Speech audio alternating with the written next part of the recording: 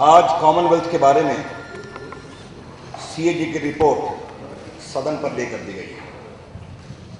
Now it becomes a part of our parliamentary report. ये report हम लोग को अभी कुछ देर पहले मिली है। मैंने इसके एग्जीक्यूटिव समरी को पढ़ लिया है, बाकी रिपोर्ट का भी अध्ययन कर रहे हैं। सीएजी की रिपोर्ट इस बात को कंफर्म करती है कि कॉमनवेल्थ खेलों के आयोजन में भारी घपला हुआ है। Massive irregularities has taken place in the organization of the Commonwealth Games. There was a patent abuse of system. Disqualified people were promoted.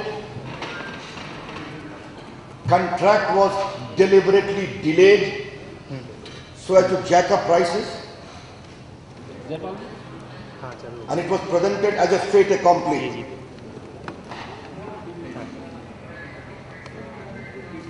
इस पूरे रिपोर्ट में चाहे वो सीपीडब्ल्यूडी का काम हो, चाहे वो डीडीए का काम हो, चाहे वो दिल्ली सरकार का काम हो, सबों की भारी आलोचना की गई है। और एक बात जो आपने पहले देखा कि किस तरह से ब्रॉडकास्टिंग राइट को 246 करोड़ में एसआईएस को दिया गया, and after a short time, hardly a week or 10 days, that was outsourced for about 170 crores to Zoom Communications. उसका भी जिक्र है। जो कॉमनवेल्थ गेम्स विलेज है उसके बारे में विस्तार से चर्चा है।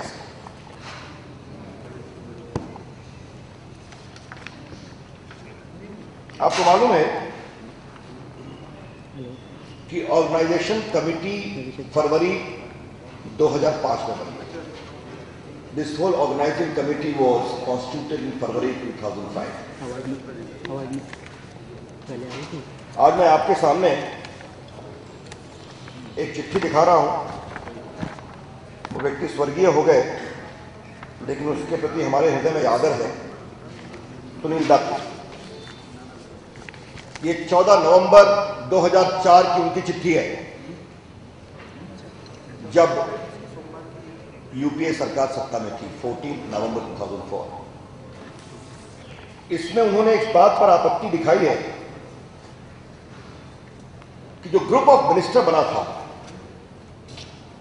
उसकी 25 अक्टूबर 2004 को मीटिंग हुई थी, और उस ग्रुप ऑफ मिनिस्टर के चेयरमैन स्वयं भारत के प्रधानमंत्री वर्तमान और तत्कालीन श्री मनमोहन सिंह थे। उस ग्रुप ऑफ मिनिस्टर की मीटिंग में निर्णय हुआ था कि minister youth and sports organising committee के चेयरमैन होंगे। मैं आपकी जानकारी के लिए ये बात जरा पढ़ना चाहता हूं।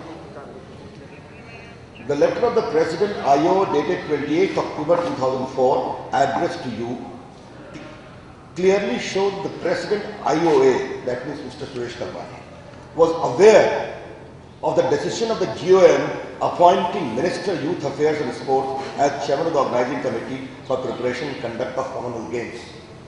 फिर बाद में ये कलमाड़ी साहब कैसे बन गए, इस पर हमने अपनी आपत्ति करी। हम चाहेंगे कि प्रधानमंत्री का इसको एक्सप्लेन करें कि जब स्वयं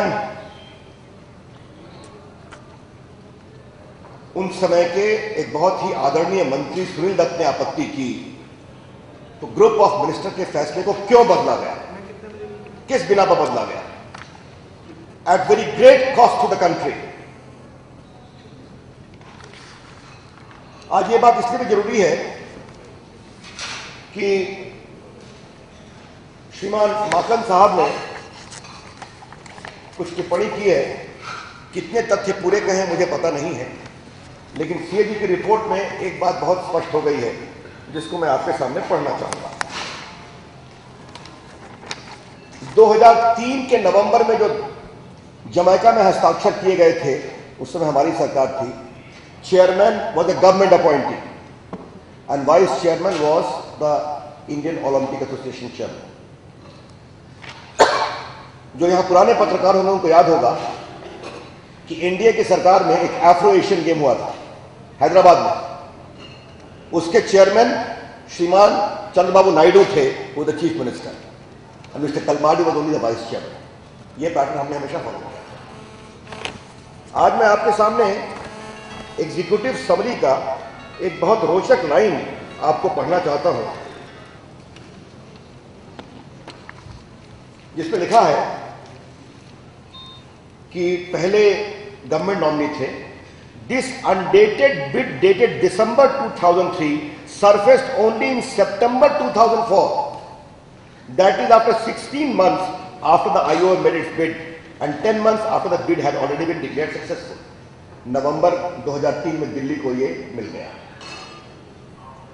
तो 16 महीने के बाद सितंबर 2004 में एकाएक उसको चेंज करने का एक डॉक्यूमेंट आ गया, ऐसा कोई डेट नहीं था। और आज मैं आपको उसका भी एक प्रमाण देना चाहूंगा। ये देखिए, मिस्टर एमएस गिल की चिट्ठी में आपके सामने उसकी कॉपी है।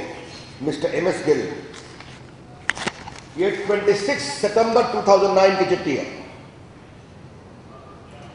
ये मनमोहन सिंह जी को लिखी है, dear prime minister, the original sign document had a government chairman but later on somehow that was changed. ये बात गिल साहब भी कंफर्म कर रहे हैं।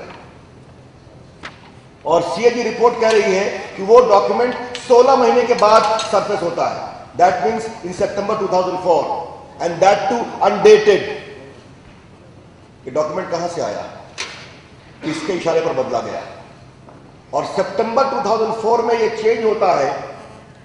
अक्टूबर 2004 में जीओएम कहते हैं कि सुनील दत्त चेयरमैन होंगे, और नवंबर 2004 में प्राइम मिनिस्टर कहते हैं कि कलमाडी साहब chairman. It is surrounded with a whole range of suspicious circumstances, और हम चाहेंगे इसकी जांच होनी चाहिए। लेकिन बड़ा सवाल यह है कि जिस तरह से ये सिस्टमैटिक लूट ऑफ पब्लिक रेवेन्यू हुआ है, हम चाहेंगे इसकी पूरी जांच हो।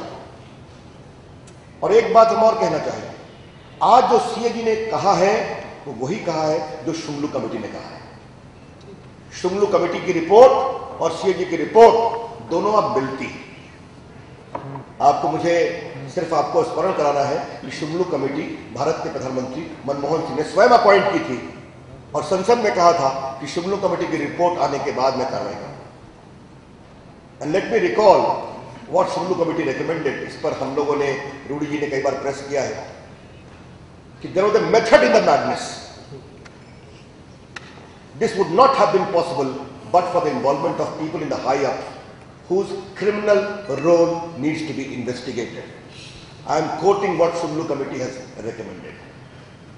आज शुंगलू कमेटी पर कोई चर्चा भी नहीं करते, शीला दीक्षित उसको ट्रैश करती हैं, कांग्रेसी खामोश रहते हैं।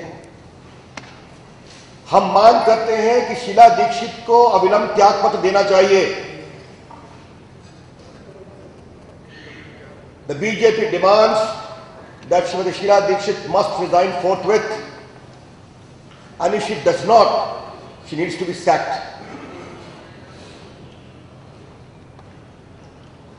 हम एक बात और भी कहना चाहेंगे। मुझे मालूम है क्या चर्चाएं होंगी, if you go to Public Accounts Committee, all these things. 2G में सीएजी की रिपोर्ट है।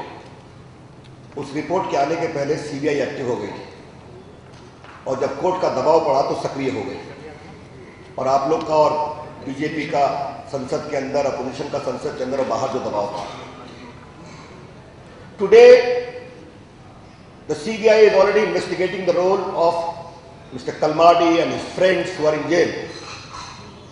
The BJP demands in the light of all these informations the role of the high ups, including the role of Srimati Sheila Dikshit and others